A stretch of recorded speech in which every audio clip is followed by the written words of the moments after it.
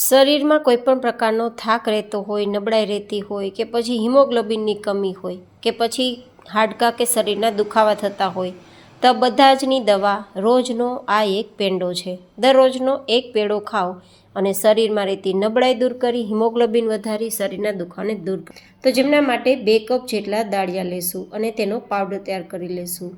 દાળિયા આપણે શેકેલા જ લેવાના છે, મસાલાવાળા નહીં. હવે 1 કપ જેટલું નારિયેળનું છીણને ઘી કે તેલ ઉમેર્યા વગર શેકી લેવાનું છે ધીમા ગેસની ફ્લેમ પર 2 મિનિટ માટે. 2 મિનિટ પછી આપણે શેકેલા ચણાનો પાવડર પણ મિક્સ કરી દેવાનો છે અને તેને પણ થોડીવાર માટે ચલાવીને શેકી લેવાનું છે, જેથી તેમાં પણ કોઈ મોઇશ્ચર હોય તો બળી જાય. હવે 2 ચમચી જેટલો સੌંઠ પાવડર ઉમેરીશું, જે શરીરના કોઈપણ પ્રકારના દુખાવાને મટાડવામાં અક્ષર દવા છે અને સાથે સાથે તે આપણા હાડકાને પણ મજબૂત કરે છે. અને હવે ઉમેરીશું 1 કપ જેટલો ગોળ અને ગોળને ઓગાળવા માટે 1/4 કપ જેટલું પાણી. તમે અહીંયા ઘીનો ઉપયોગ કરી શકો છો. હવે માત્ર ગોળ ઓગળે અને એક ઉફાણ આવે ત્યાં સુધી આપણે આપણા ગોળને ગરમ કરવાનો છે.